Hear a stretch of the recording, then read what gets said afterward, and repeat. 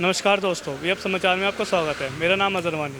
तो आज हम मौजूद हैं ब्रह्मपुरी पे और लोगों से जानते हैं कि ये आज जो मुद्दे चल रहे हैं नीट परीक्षा के, जो स्कैम हुआ है या फिर जो पानी का संकट चल रहा है दिल्ली में, तो उस पर लोगों की राय जानते हैं कि लोग क्या सोचते हैं या कैसे देख रहे हैं इस मुद्दों को। तो चलिए लोगों से जानते हैं।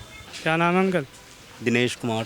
दिनेश कुमार साहब, मतलब आप इस इलाके में रहते हो, हाँ जी। तो आपको लग रहा है क्या परेशानी है यहाँ पे?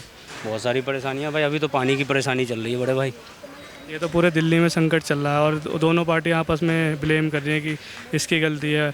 आम आदमी कह रही है पीछे से बीजेपी ने पानी रोक रखा है और कहाँ से रोक रखा है? वो कह रहे हैं हरियाणा से पानी रोक दिया। हरियाणा वाले के पास बारिश होगी जब भी पानी आएगा भाई। उधर भी तो हिमाचल से, पंजाब से, इधर से आता है पानी, तो उसके पास ज़्यादा होता है, फिर वो एक्स्ट्रा छोड़ता है। बाकी जब उसके पास है ही नहीं तो वो छोड़ेगा कहाँ से? क्या लग रहा है कि किस तरीके से पानी का संकट ये आ रहा? भाई पानी का संकट के लिए मैं किसी को एक को ब्लेम तो नहीं करूँगा, पर मिलजुल के करना चाहिए इनको, क्योंकि पूरी दिल्ली की जनता परेशान हो रही है। गर्मी बढ़ चुकी है इतनी, टेम्परेचर देख लो क्या है, तो इसलिए सभी को मिलके काम करना चाहिए। मैं इसलिए एक सिर्फ केजरीवाल को ही ब्लेम नहीं करूँगा। अगर पानी है तो उनको देना चाहिए और नहीं है तो फिर बताना चाहिए कि भाई हमारे पास नहीं, हम कहाँ से देंगे। ये तो भाई दोनों सरकार को मिलके ही करना पड़ेगा काम। अभी केजरीवाल सर को आज छोड़ने वाले थे हिरासत में, जो हिरासत में था, आज उनकी बेल होने वाली थी, लेकिन उनको 3 जुलाई तक बढ़ा दिया गया। तो ये क्या लगा, यही कि उनका अभी हिरासत नहीं मिली है क्योंकि शराब घोटाले में जो उनको फंसा रखा, जो जेल में बंद हो जिस शराब घोटाले के ऊपर, तो ये सही हो रहा है गलत हो रहा है? अब भैया देखो, ये तो कॉन्स्टिट्यूशनल मामला है, इसमें हम लोग कुछ नहीं, क्योंकि कोर्ट में कुछ साक्ष्य होगा। कोर्ट के कोई सबूत तो मिला नहीं है। सबूत नहीं है, पर कुछ तो होगा उनके पास में, जभी तो वो नहीं छोड़ रहे हैं ना भाई। ऐसे कोई आम आदमी तो है नहीं जिसको ट्रायल पे आप इतने दिन से रख रहे हो। सीएम है, वो भी करंट सीएम है, और सीट भी उन्होंने नहीं छोड़ी है। तो उनको नहीं छोड़ने का कारण है कि भाई कुछ ना कुछ तो साक्ष्य उनके पास होगा। नहीं होने का कोई मतलब नहीं बनता है, क्योंकि ये केजरीवाल भी पावरफुल बंदा है, पढ़ा लिखा बंदा है, मूर्ख तो है नहीं जो इसको कोई बेवकूफ़ बनाएगा।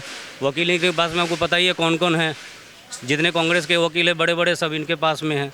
तो अपना दिमाग तो ये पूरा लगा रहे होंगे, अब नहीं हो रहा है सक्सेस। अभी 6 महीने बाद इलेक्शन है दिल्ली में सीएम के, तो क्या लग रहा है इस बार किसको देख रहे हो? केजरीवाल ही आना चाहिए, बदलाव होना चाहिए? भाई ये मूवमेंट का कुछ पता नहीं होता, कब क्या हो जाता है, रात को क्या होगा, सुबह क्या होगा, कुछ नहीं पता हो। तो फिर उसी टाइम में देखेंगे जब होगा इलेक्शन। फिर भी क्या लग रहा है केजरीवाल ने क्या काम किया आपके इलाके में? भाई हमें देखो, केजरीवाल का काम हमें तो यहाँ पे कुछ नहीं दिखा। हमारे एरिया की बात कर रहा हूँ, बाकी दिल्ली में क्या हुआ उससे हमें कोई लेना देना नहीं। जो हमारा एरिया है यहाँ का, इसमें कोई डेवलपमेंट नहीं है।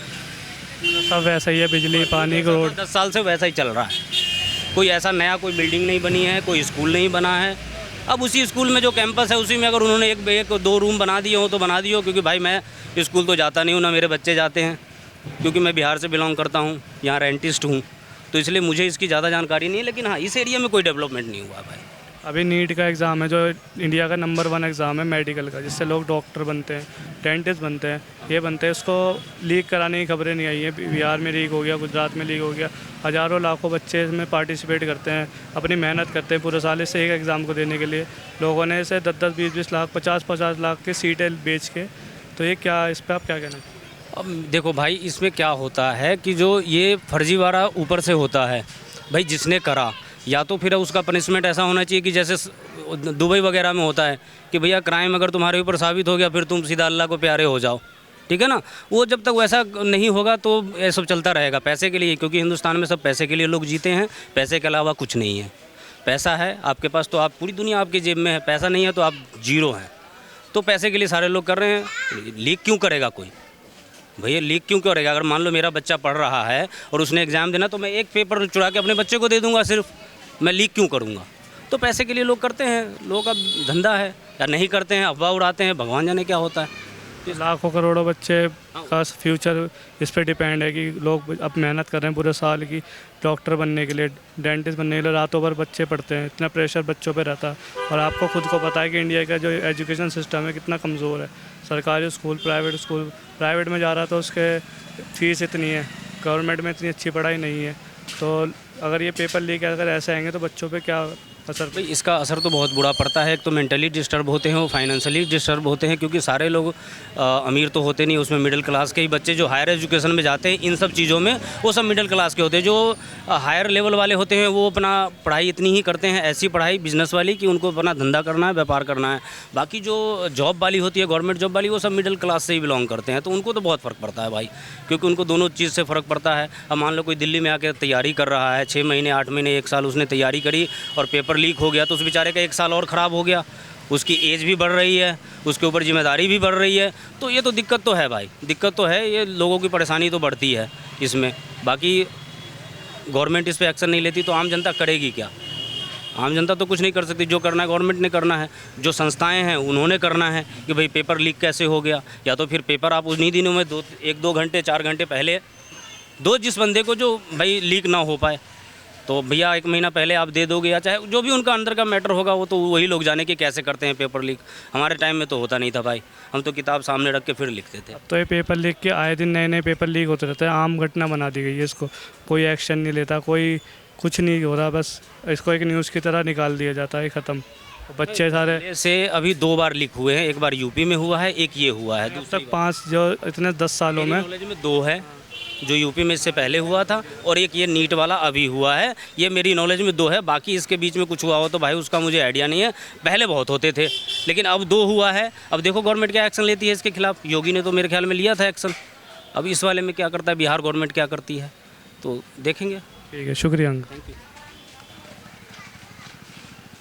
क्या नाम है भाई? मनीष। तो मनीष भाई, आपकी जो इलाका है तो इसमें क्या समस्या आपको दिख रही है? समस्या तो देखिए बहुत गंभीर है। यहाँ पे हमारे क्षेत्र में तो बहुत गंभीर समस्या है, जिसमें भी जल संकट जो है वो पूरी दिल्ली में है। हाँ, इस टाइम पे दिल्ली में जल संकट और ये दोनों पार्टियां आपस में ब्लेम कर रही है, तो आपको क्या कहना चाहोगे? जी देखिए, ब्लेम से जनता की भलाई तो नहीं होगी। जनता की भलाई तभी होगी जब जनता की समस्याओं का हल निकाला जाएगा, और हल हमारी व्यवस्था के पास मौजूद है।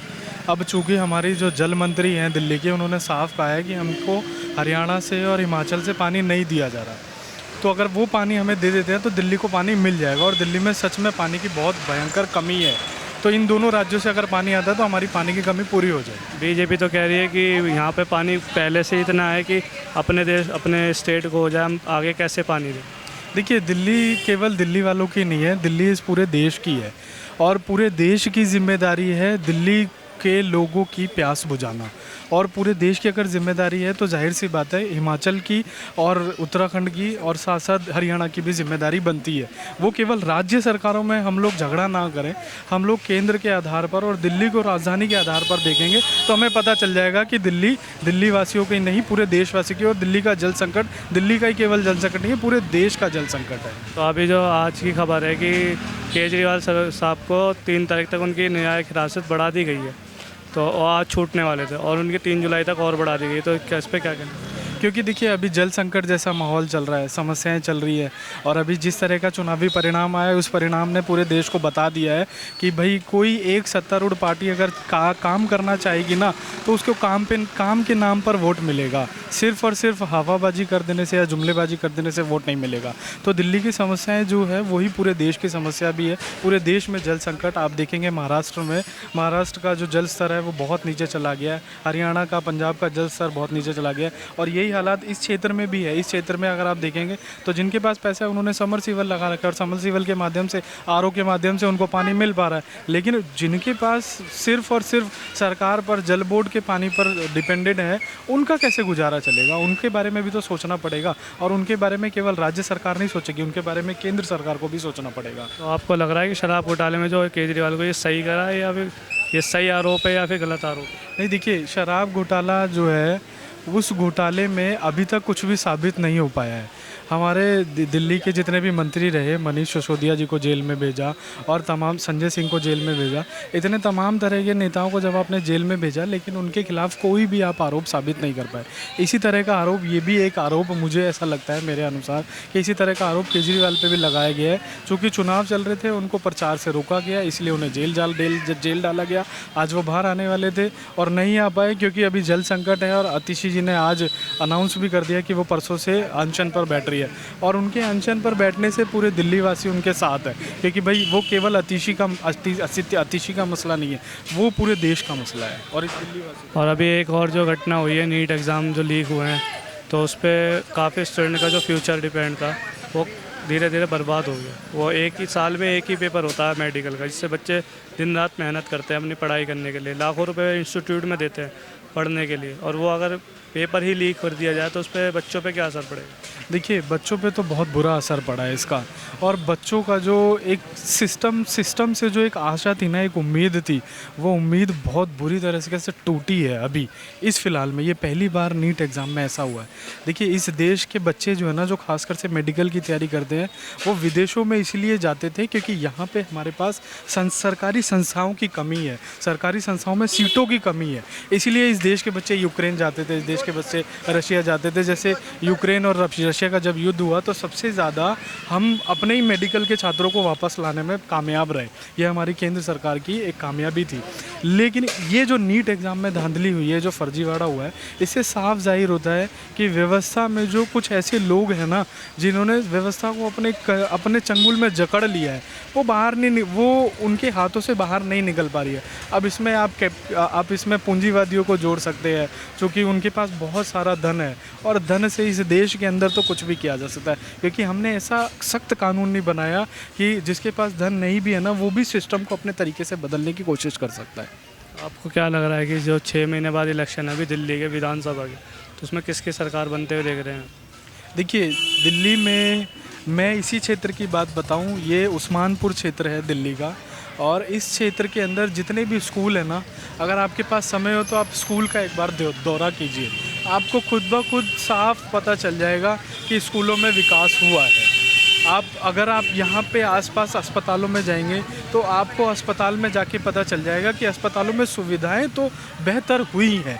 तो जिसने काम किया है दिल्ली के अंदर, वो आम आदमी पार्टी है। उसमें आम आदमी पार्टी ने स्वास्थ्य को खासकर से और शिक्षा को ज़्यादा जोर देते हुए बहुत बेहतर बनाने का प्रयास किया, और बेहतर हुई भी है। आज दिल्ली में बाहर से जितने भी लोग आते हैं, वो आसानी से अपने बच्चों का दाखिला सरकारी स्कूल में करा सकते हैं, और उनका होता भी, और ज़्यादा परसेंटेज जो दिल्ली से बाहर के हैं उनकी सरकारी स्कूलों में ज़्यादा परसेंटेज पाई। आपको क्या लग रहा है कि फिर से केजरीवाल सरकार आएगी? फिर से उम्मीद देखिए यही है। बेशक से दूसरे राज्यों के जो सत्तारूढ़ पार्टियां हैं वो कोशिश करें कि आम आदमी पार्टी ना आए, केंद्र सरकार कोशिश करे कि आम आदमी पार्टी ना आए, लेकिन इस बार दोबारा से केजरीवाल की पार्टी ज़रूर आएगी, क्योंकि उन्होंने हमें 24 घंटे बिजली दी है, हमें 24 घंटे पानी दिया है, और हमारी स्कूल और स्वास्थ्य की दोनों चीज़ों को बहुत बेहतर किया है। ठीक है, शुक्रिया भाई। तो हम मौजूद थे उस्मानपुर ब्रह्मपुरी वार्ड में, तो यहाँ थी लोगों की राय कि आज जो रिसेंट में लोगों की न्यूज़ थी कि केजरीवाल सरकार के ऊपर जो वो बंद है शराब घोटाले के ऊपर, नीट एग्ज़ाम के जो लीक हुआ है उसके ऊपर हमने लोगों से जानी ये राय। तो इस खबर में सिर्फ इतना ही। कैमरामैन मोहित के साथ अजहर वानी।